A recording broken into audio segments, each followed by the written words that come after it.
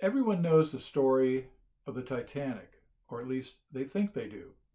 But there's more to the story that you've probably never heard before, so stick around for more details. Welcome to the WOW History Channel. My name is Ron Guth, and each week I present a historical topic that hopefully will make you say, wow, I never knew that before, I'd never heard that before. This week I want to tell you the story about a young woman named Violet Jessop, who became known in later life as Miss Unsinkable. Well, she was closely tied to the Titanic and her sister ships. So here's her story. In 1912, when the Titanic was on its maiden voyage, Violet Jessop was a 25-year-old stewardess who was serving aboard the ship. She was there the night the ship struck the iceberg, of course, and as the ship was going down, she recorded the event in her memoirs, and so we know a little bit about her involvement in the actual disaster. She was able to get onto one of the lifeboats, Lifeboat 16, and she was one of the last female passengers to leave the ship. As she got onto the lifeboat, someone handed her a young infant, a newborn baby, and just said, take care of it. And that she did. She stayed in the lifeboat for several hours waiting to be rescued. And eventually, in the morning when daylight broke, the ship Carpathia came and rescued all the lifeboats, and they saved roughly 750 people that were on the boats. When Violet got on the boat and back to port, a woman came rushing up and grabbed the baby out of her arms and quickly ran away without saying a word. Violet assumed that it was the baby's mother, but she never knew. She never knew the identity of the baby. And she never received any thanks for having taken care of the baby for that period of time. Well, the interesting story about Violet was that this was not the first maritime disaster that she had been involved with. The first one was on the ship Olympic. Now, these were all British ships, and she was based out of England. And she served in her entire career of 42 years, she served on any number of vessels, and she actually completed over 200 voyages. Now, a voyage is not just a one-way trip.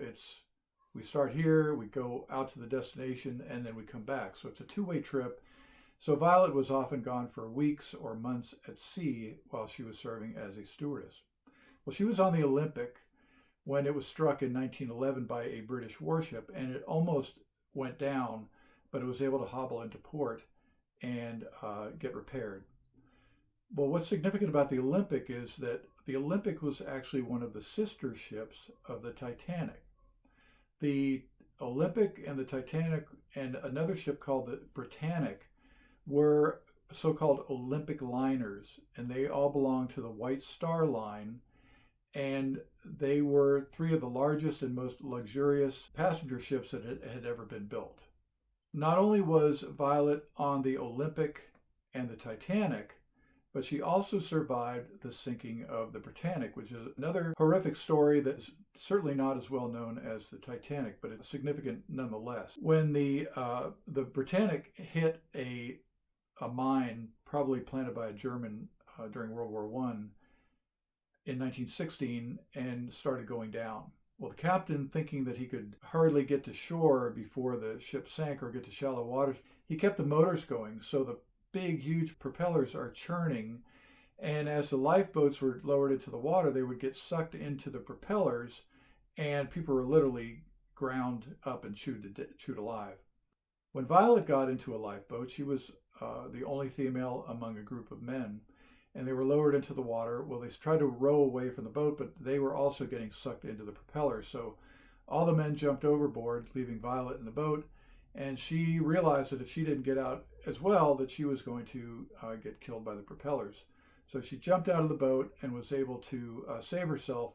But in the meantime, she was also injured severely. She got a severe laceration to her leg, and she suffered a traumatic head injury where her skull was actually fractured, but she didn't realize it or discover it until a couple years later.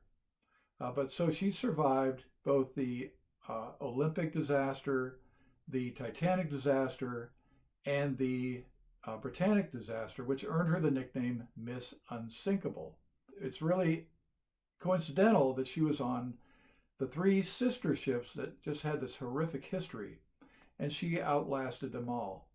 Now, here's a stock certificate from the International Mercantile Marine Company that was an American-based trust or conglomerate that actually owned the White Star Line. So you can see the central vignette is of a large four-funneled ocean-going liner.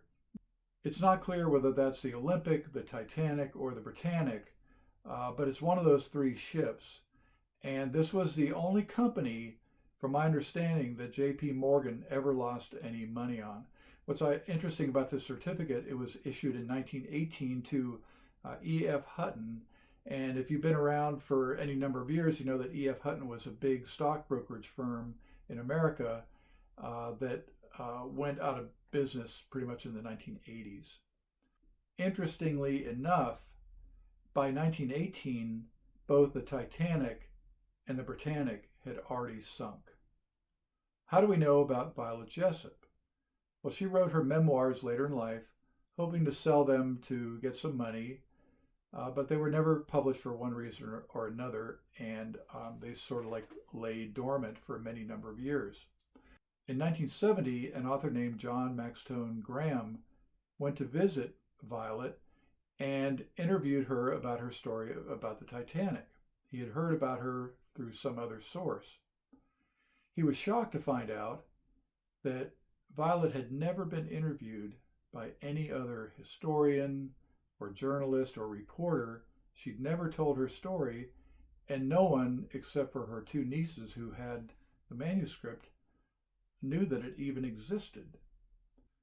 John Maxtone-Graham was selected as the editor of Violet's memoirs, but unfortunately she died in 1971, and the book that he published didn't come out until 1987, so she never got to see her memoirs in print or benefit from it financially in any form or fashion.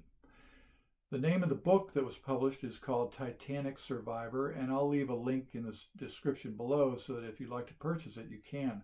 I got the Kindle version recently from Amazon and read it over a 2-day period. It's a very easy read.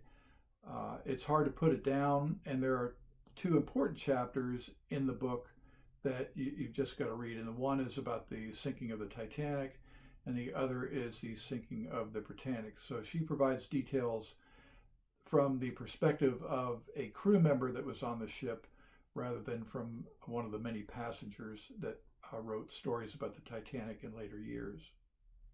Despite having survived 3 separate maritime disasters, there was nothing that was going to keep Violet Jessop away from the sea. In her 42-year career, she served as a stewardess and a nurse aboard hospital ships, but there was nothing that was going to keep her away from the sea, even though she was gone for weeks and months at a time.